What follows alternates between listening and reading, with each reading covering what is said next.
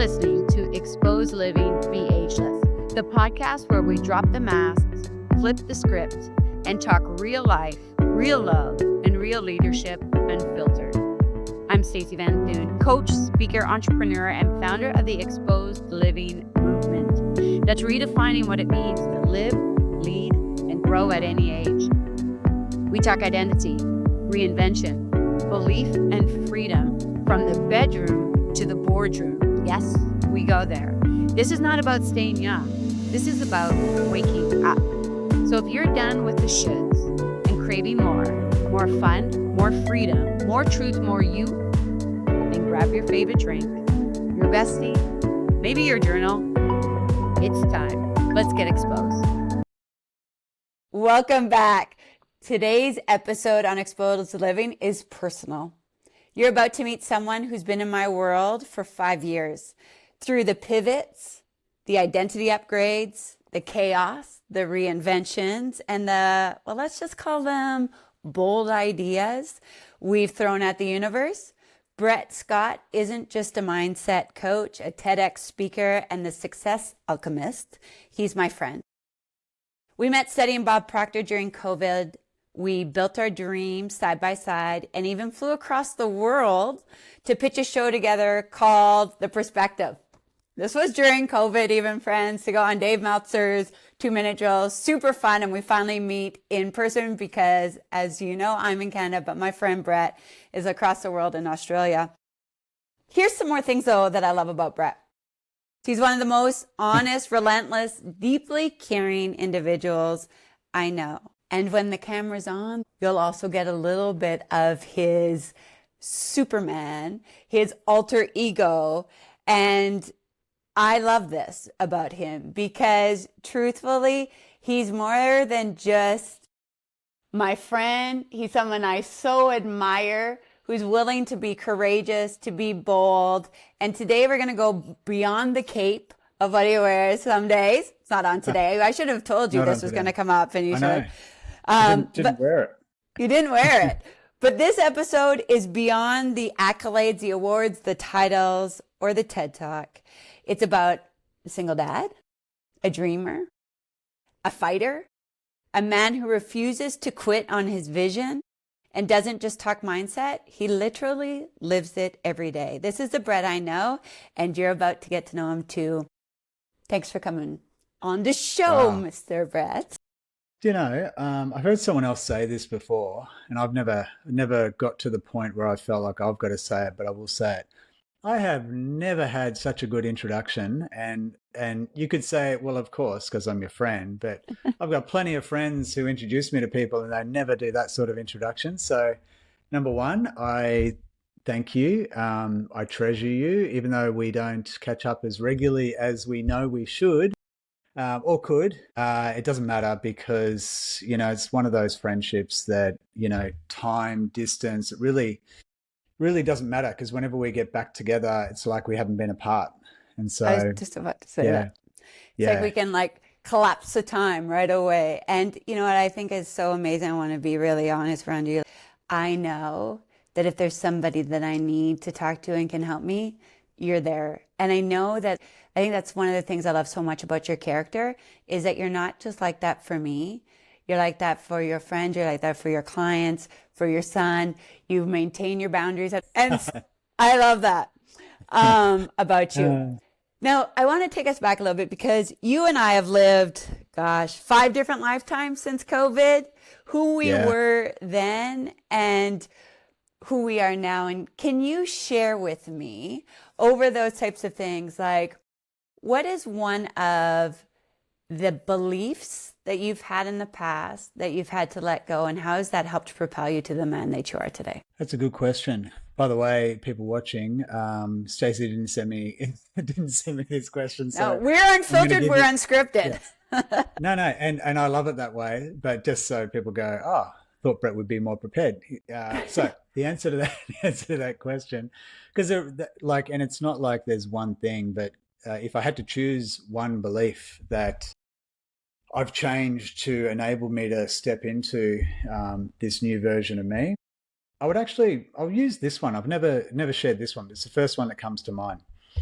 Um, I grew up with all females. So my mother, my grandmother, my two aunties. And so I didn't have I've got a dad. He's alive. He's not a father to me, as in he's never really made an effort.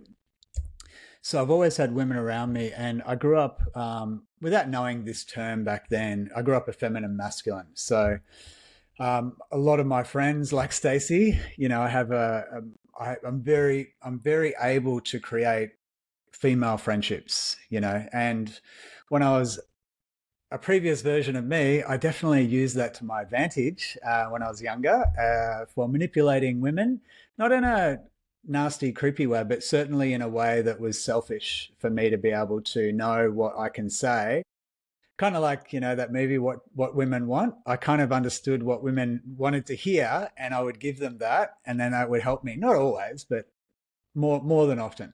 Anyway, the point I'm trying to get to is that I got to a place, and it was only probably last year, where one of the ladies that I was sort of dating, but sort of not, but sort of. Funny enough, I just spoke to her this morning, and through that connection and that there was a strong desire for me to want to have her in my life, and knowing what she was looking for. And she was talking about this healthy masculine. And now I'd heard it from another partner before. You need to be a healthy masculine, go join these men's group, do this men's work. And I'm like, I don't really want to do that. Right. But this woman, it actually engaged or unlocked something in me where I really wanted to learn more about this. Anyway, long story short, what I'm getting at, one of the beliefs that I used to hold was that being, this different kind of feminine masculine was, without using that term, was a real positive for me. And that's just my personality, and that's just who I am. Well, you and I, Stacey, know that it doesn't matter if you think that's who you are, because it's not.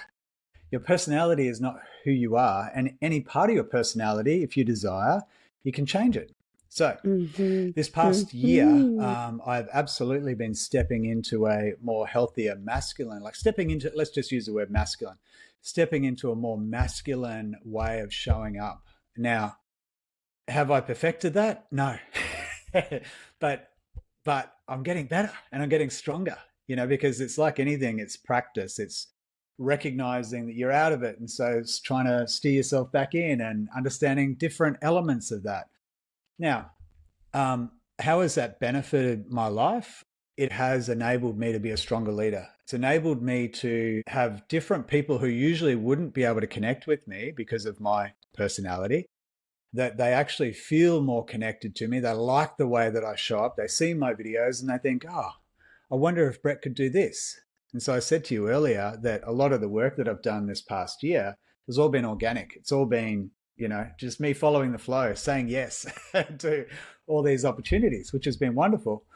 But some of those opportunities absolutely would not have happened if I hadn't started to really step into a more masculine version of me. Really cool. You know what? You said these words, saying yes. And I think that as we're both Gen Xers and things, that people are more inclined to say no before they say yes. That they're more inclined to say, well, all these things could go wrong before they look at all the things that can go right. And I want you to lean into that question for me. Even for you to make a decision to lean more into the masculine energy, you had to say yes to something that you had never done and leave something behind that you have known and given you success even to that point, right? So share with me some other things that maybe you've said yes to as of lately, and other times where maybe you didn't, and what did you have to grow about yourself to be able to get to the point where you are now, where you're saying yes? It's a good question. I don't know if I'm going to answer it directly, but I would say to you this. You said earlier about me having boundaries, and people only have boundaries when they respect themselves. That's been my experience. And the reason I mention this is that I never used to have boundaries, because I used to be a yes person, but in a way that was, let's call it people pleasing. Let's call it, and I thought, I just want to make everyone happy, and I just want to see everyone having a good time, and I just want people to like me because I didn't like myself. so, so boundaries, I think, are something that are really important, and having the ability to say no is really powerful. And that's another one of those beliefs that I had to be able to say no, even when I knew that that might actually upset someone, because the old version of me didn't want to upset anyone. So, and if someone gets upset, it's not actually you, it's actually them. They're upset for whatever their reason is. It's not actually about you. Because if they respect you and they respect themselves, then people saying no, it shouldn't be a problem. It should be like, oh, okay, that's interesting. Can I ask you why you said no? Do you mind me asking? Simple. Anyway, but the point I'm getting to for your answer is, what are some of the other things that I've said yes to? I would say to you, the MC role that I've done this past year, I've done so many different types of MCing. In fact, I've got another new one for next year in March or April, which is like a fight calling, like cool. MCing. Yeah, so it's like, I think it's boxing. So I'm going to be MCing like a charity boxing match. So that's another different one. But so I've MC'd weddings, birthdays, a lot of fashion events. What else? Modeling. Anyway, I've done a whole range of different types. And so I've said yes to a lot of MCing. I've said yes to a lot of speaking. I've said yes to helping people, even when they're not necessarily going to become coaching clients. Because like you and I know, the most important, the number one thing that we both do is we coach people. We help people to upgrade and transform and break through limiting beliefs or limiting barriers that they think they've got. So that's the number one thing. So being able to say yes, I made a decision in January of this year, 2025, that I had to follow the flow. No matter what, I was going to follow the flow. And most of that time, I said, I'm going to say yes to opportunities, unless they feel really disconnected from what it is that I'm working towards. And so to give some clarity on that, as you probably know, the big thing that I'm working towards is traveling the world as a sought after and highly paid speaker. I even have a show, which I don't think I've told you about. I've got a show I've got a show I created, which is a mindset show, but it's done with funny characters. Those Snapchat filter characters that I do? I'm going to bring those characters into the real world in its way. Is it the real world? Who knows? That's another story. But bring those characters to life with a makeup artist. And so just to give context to the people listening going, what on earth is Brett talking about? Snapchat filter and characters.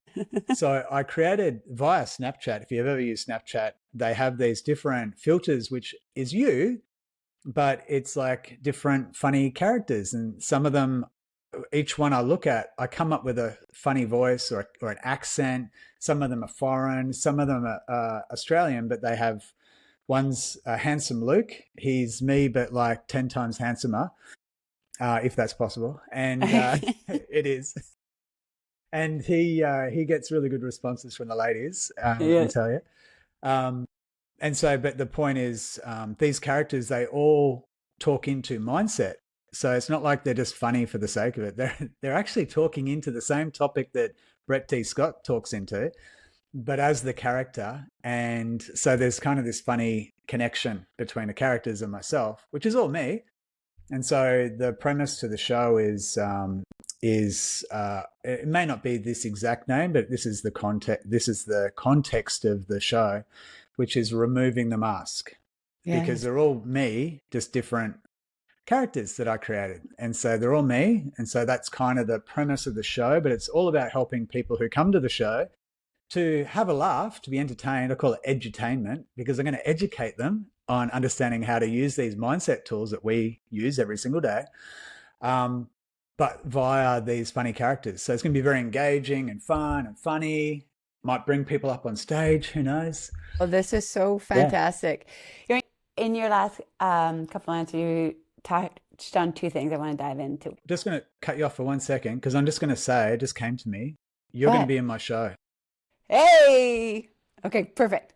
I'm getting now, because you know that I've got lots of masks and have been removing lots of masks. So I want to lean into this because I think that this is where, if people don't know Brett and I, we've really, I mean, it is great to be around people that you can trust and be honest with each other and know when you're wearing a mask or not. And we fall into that role so often, like you were talking about the people pleasing. We don't even realize that at that time, it's a way to protect ourselves from really doing it, or that we don't. I would say, because you said I didn't even like yourself. At the time, though, that wasn't true for you and your truth. Not at all. You very much, if somebody would have said, Brett, do you like yourself? You'd be like, yeah, I freaking love myself. Yeah. But not realizing that a lot of that came from that external validation that you wanted to feel from others saying that you're a great guy. You make me laugh. Yeah. You do these things, right? Yeah. So like this show here is for Gen X by Gen X, because I think that that's no different than me. There's so many of us that are still caught in the people pleasing trap. We joke often like, hi, Stacey Van Thune, recovering people pleaser. May I help you? But why do you think that is? And what is, maybe you can give some tips to people that find themselves not being able to say no in fear of what another person might think of them versus staying in flow with their own self? Yeah. How, like, what were some of the best things that you did to overcome that?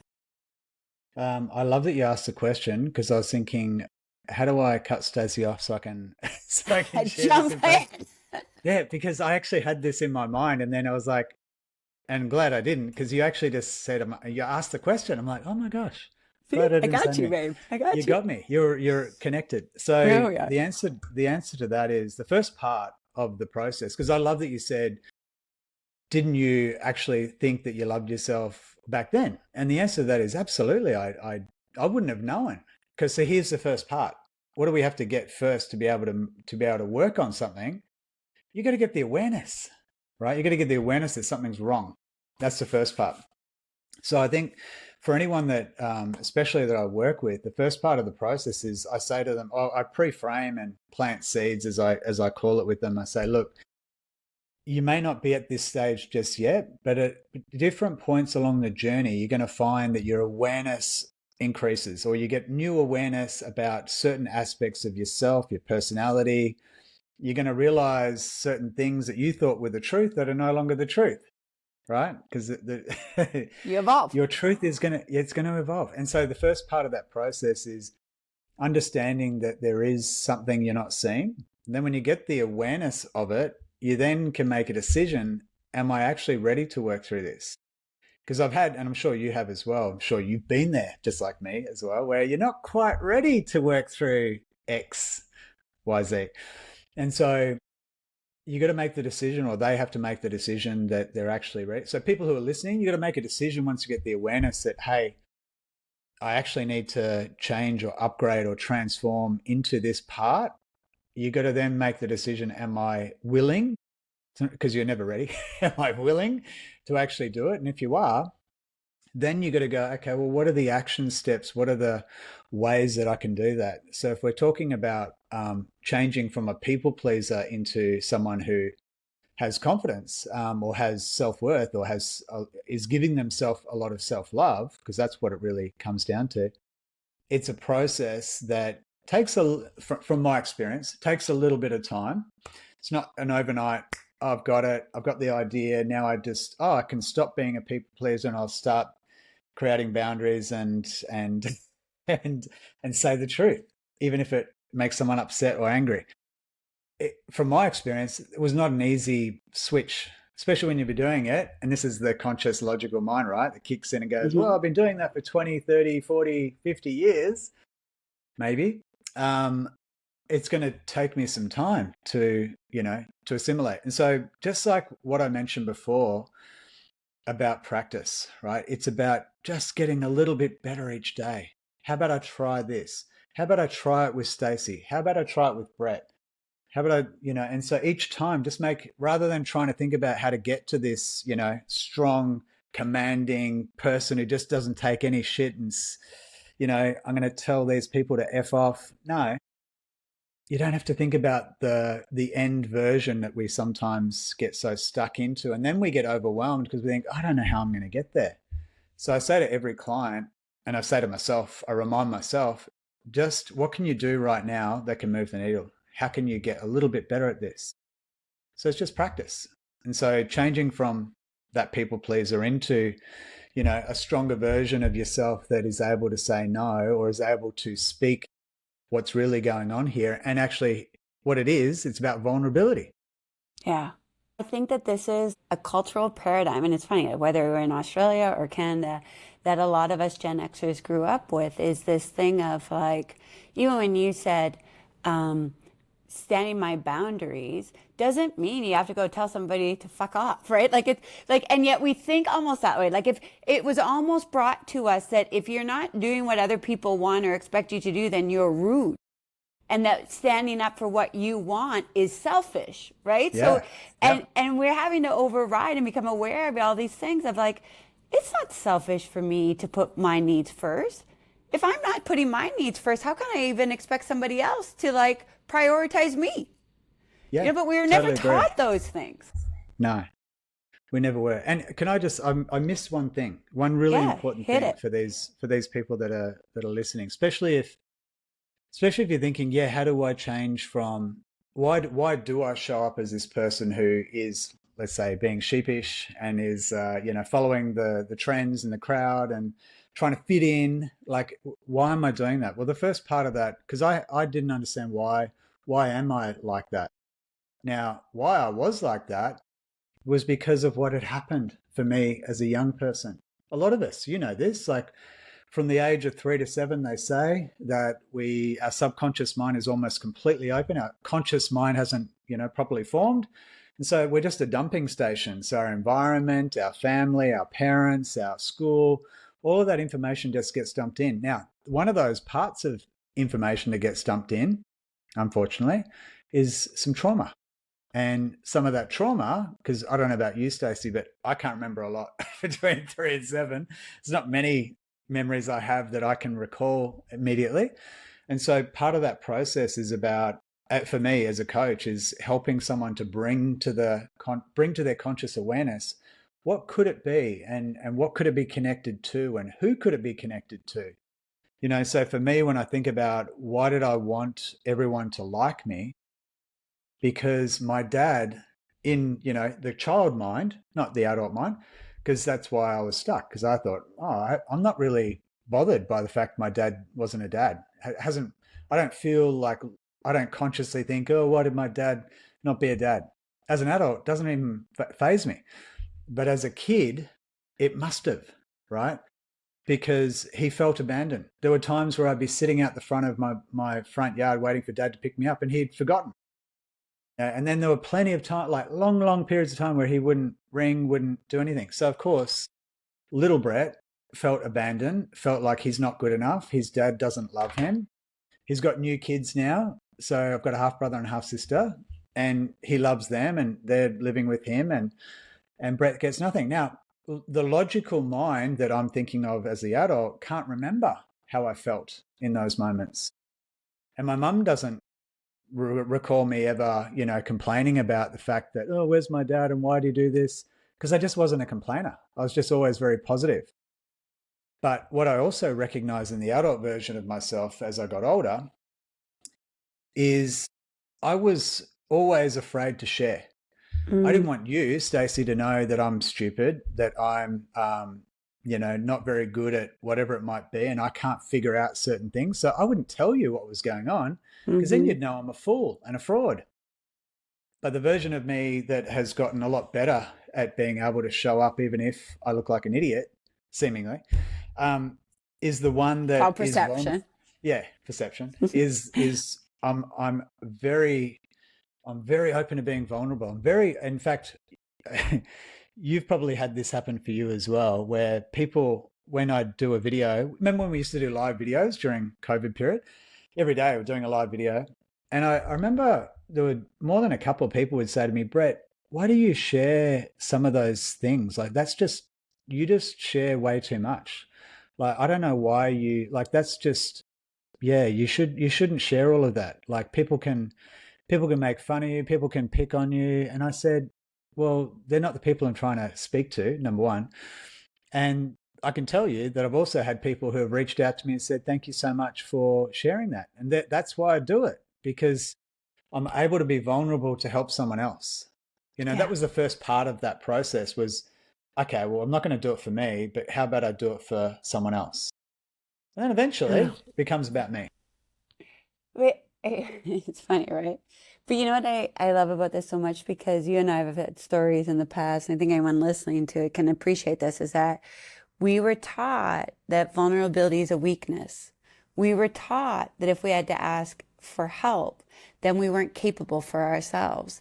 And so to your point, like we don't even realize that these beliefs are playing out in our lives in different ways, like even people pleasing. I think like when I've said recovering people pleasing, I also catch myself in different situations. It may not be the typical quote, quote, air quotes, people pleasing, but I'm saying yes, not because it's in alignment with what I want to do. I'm saying yes because I want that person to like me, or I want to get into somewhere. And, so I think even when you're telling some of those stories, it was, listen, we're not saying to say no because someone wants to say yes. But if it doesn't feel like it's what you want to do, then you standing up for you is not an asshole move.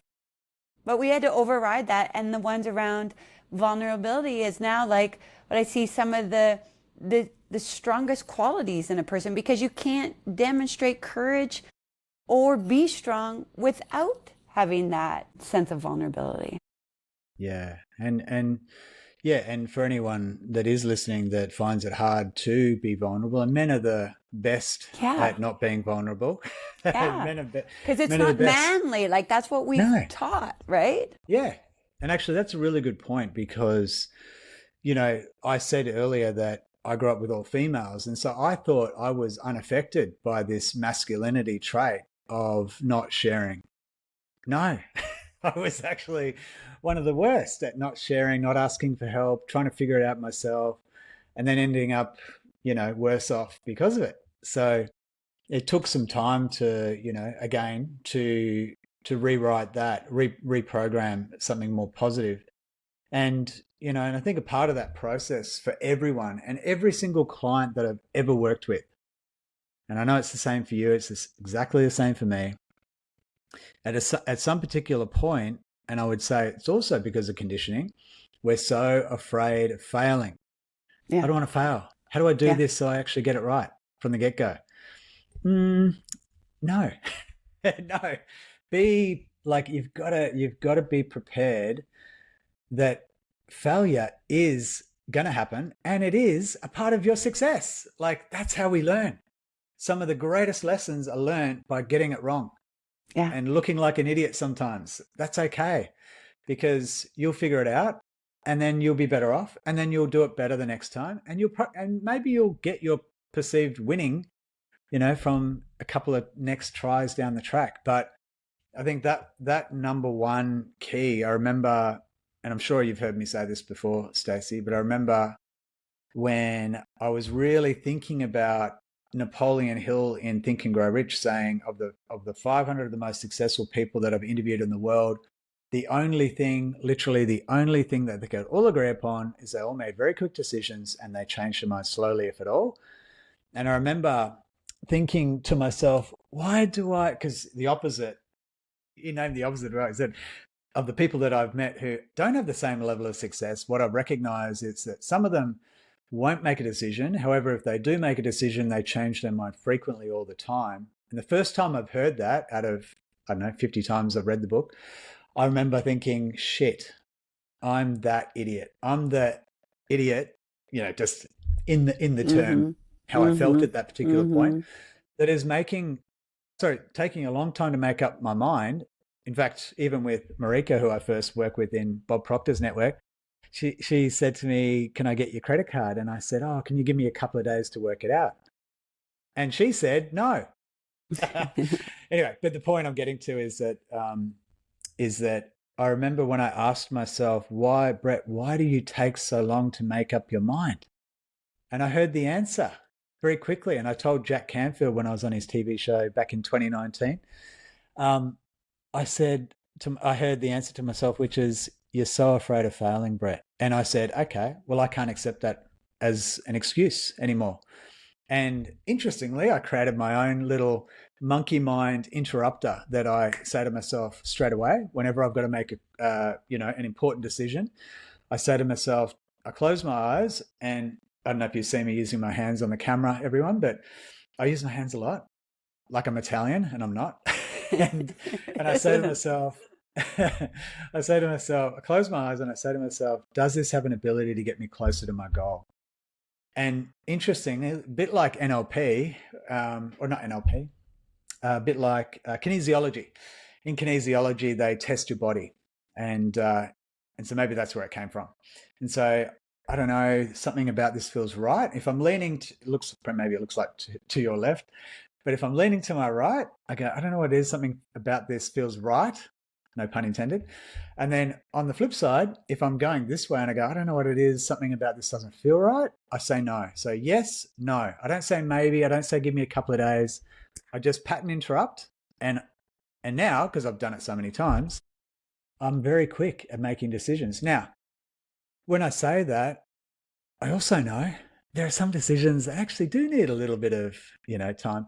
You can still say yes, and yes, this feels right, and give me some time to actually, do the assessment, do the numbers. Yes, it feels like something I want to do. Now I need to work out whether it is the right thing logically, and then we'll move forward. Or if it doesn't work out, I'm going to say no. Right. But Okay. I've found that one key has been such a great key to unlock doors that I was never able to open. Yeah, I 100% agree with that. I think that is so important that one of the habits I say that I've really focused on this year too has been I think of myself from my goal and I say, would the person that has achieved my goal say yes or no to this? Will it move me closer to what I want or not? And if the answer is no, then it has to be a hard no, even if it makes sense, quote, quote, or even if it's a yes and it doesn't make sense. And I think a lot of us will look at our bank account to make the decision and our present results versus what it is that we truly want. So I've been in this conversation with you, and this is why it's so important to anybody is that when you're getting into these situations, don't ask a person that's not doing what they want in life what decision you should make. Give Brett a call and ask him, because this is where I will come to my people that, we're not living by our current reality because we recognize our current reality is just an output of yesterday's thinking. And if we continue to use that thinking, we're just going to get more of the same. So it is going to feel uncomfortable. It won't be maybe realistic or reasonable, but you won't want something that you can't achieve. But you can't achieve that being who you are today. So you're going to have to make new decisions. I think that's where we get, caught up. And it kind of goes back to where you were saying before. If you don't have this awareness, Yeah. then that's where we get stuck in the loop. Yeah, well, we do. And just what you outlined there, I even had it today with the lady. She talked about a change in career and doing her own business. But for her, it was like, well, there's stability in this job, and it's comfortable, and I've got my weekends, and I see the struggle that other people go through running their business, and do I want that?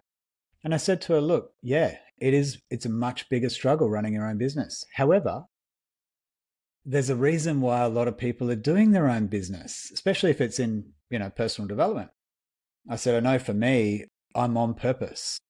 There are days, and I'm sure you've had them, Stacey, where you go, why What the am I hell? doing this? Yeah, like, why am I, am I meant to keep doing this? But very quickly, the answer is yes, you are. And you made a commitment, you made the decision, you know why you're doing it. And then I start to think about some of the changes and results and outcomes that others have had via the work I've done. I go, do I not want to see that keep happening? So, and here's the other part that I said to her, like, struggle is a part of success. So struggle is a part of growth.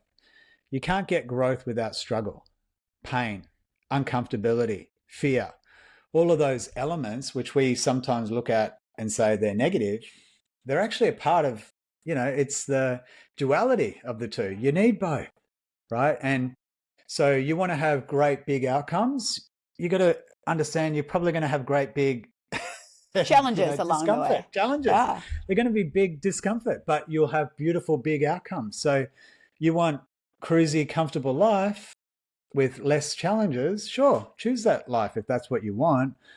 Not saying that that's wrong. I'm just saying if you do want to, like if she wants, and by the way, she is sort of personal development as well. So I said, if you do want to do that, I would say to you, not that you have to decide it's your purpose, but you've got to understand that if you do it at a particular point, especially from seeing clients get incredible results, because I know she will be good at it. I said, then you'll probably find that something clicks and then you'll realize, okay, this is worth the struggle, as she calls it, the struggle. Anyway.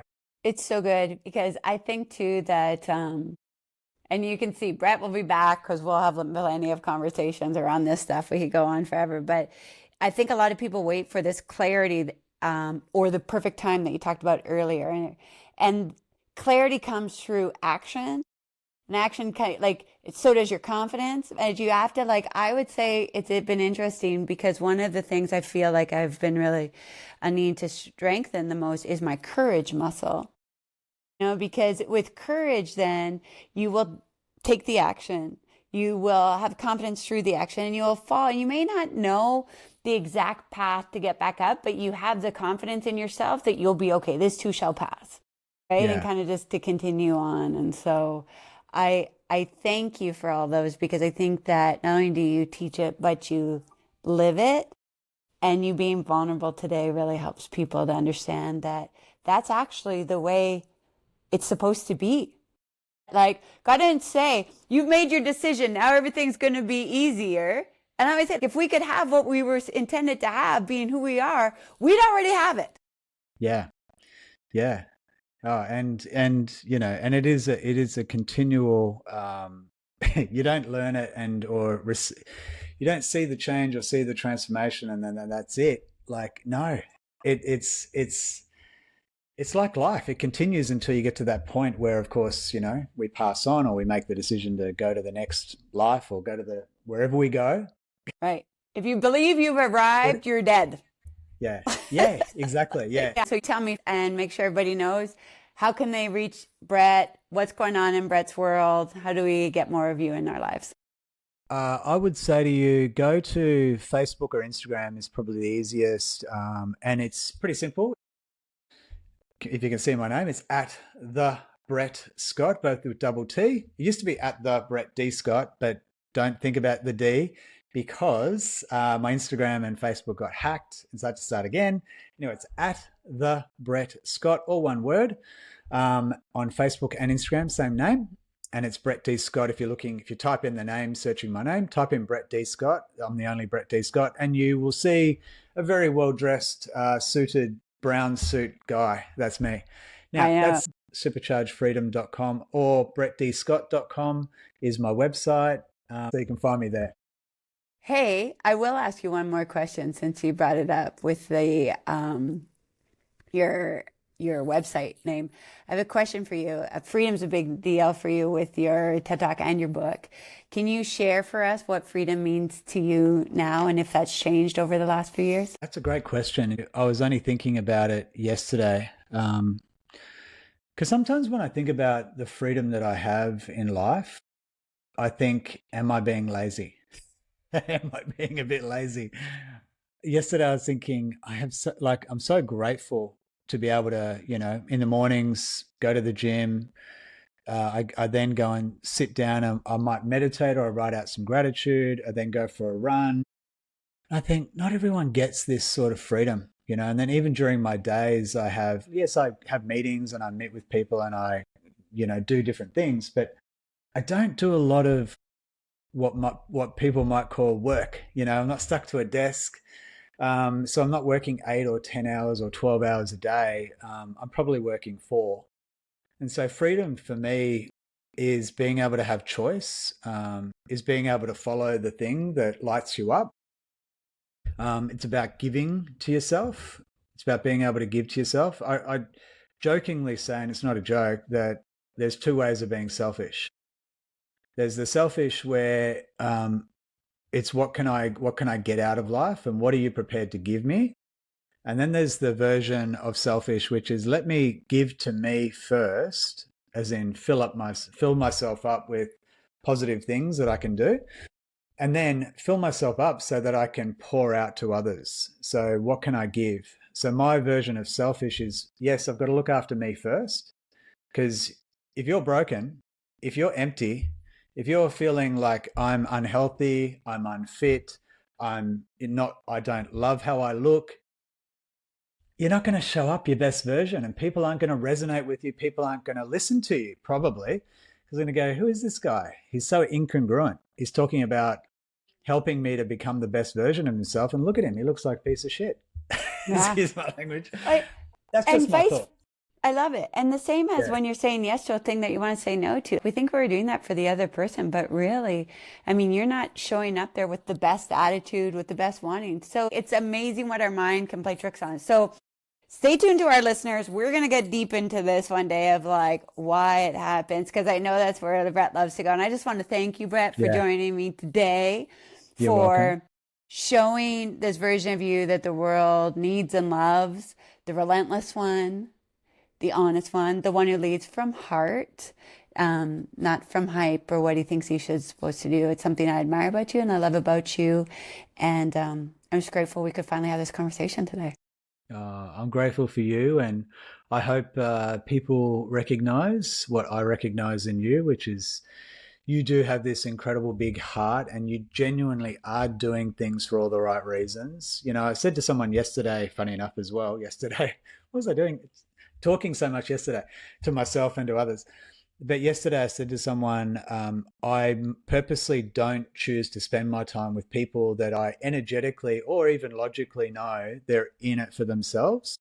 If I know people are out there just for what can I get out of this person, this opportunity, I don't spend a lot of time with them on purpose, and I'll say no to them quite often. Whereas you said about, you're living like what I'm teaching is what I'm living. Like I'm congruent. It's the same for you. You're congruent. You're only passing on lessons. Yeah. And I know that about you. You're only passing on the information based on experiences you've had. You're not teaching people how to be a 9-figure income earner because you haven't reached 9 figures, right? And it's the same for me. I haven't reached that. So I'm not going to teach people how to make 9 figures because I don't know how you do that. I know some people who have done that and can teach you, but that's not my area of expertise. So I purposely stay congruent, and I know for why I love you is because you're like the female version of me, just better looking and and prepared to get naked more often. Yeah. So no, I love you and appreciate you, and I hope more people will connect with you and ask for your help.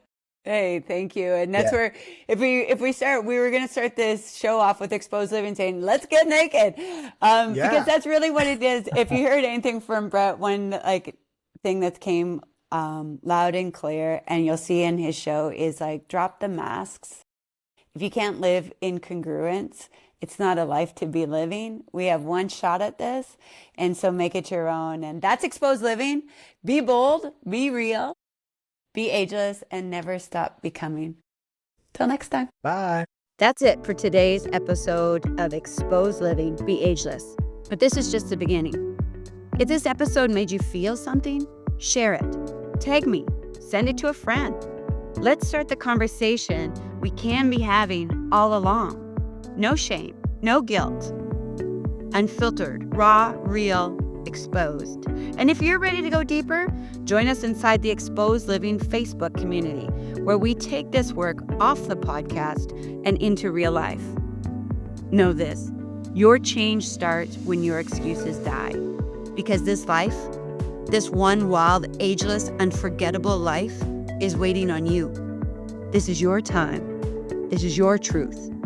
This is Xposed Living.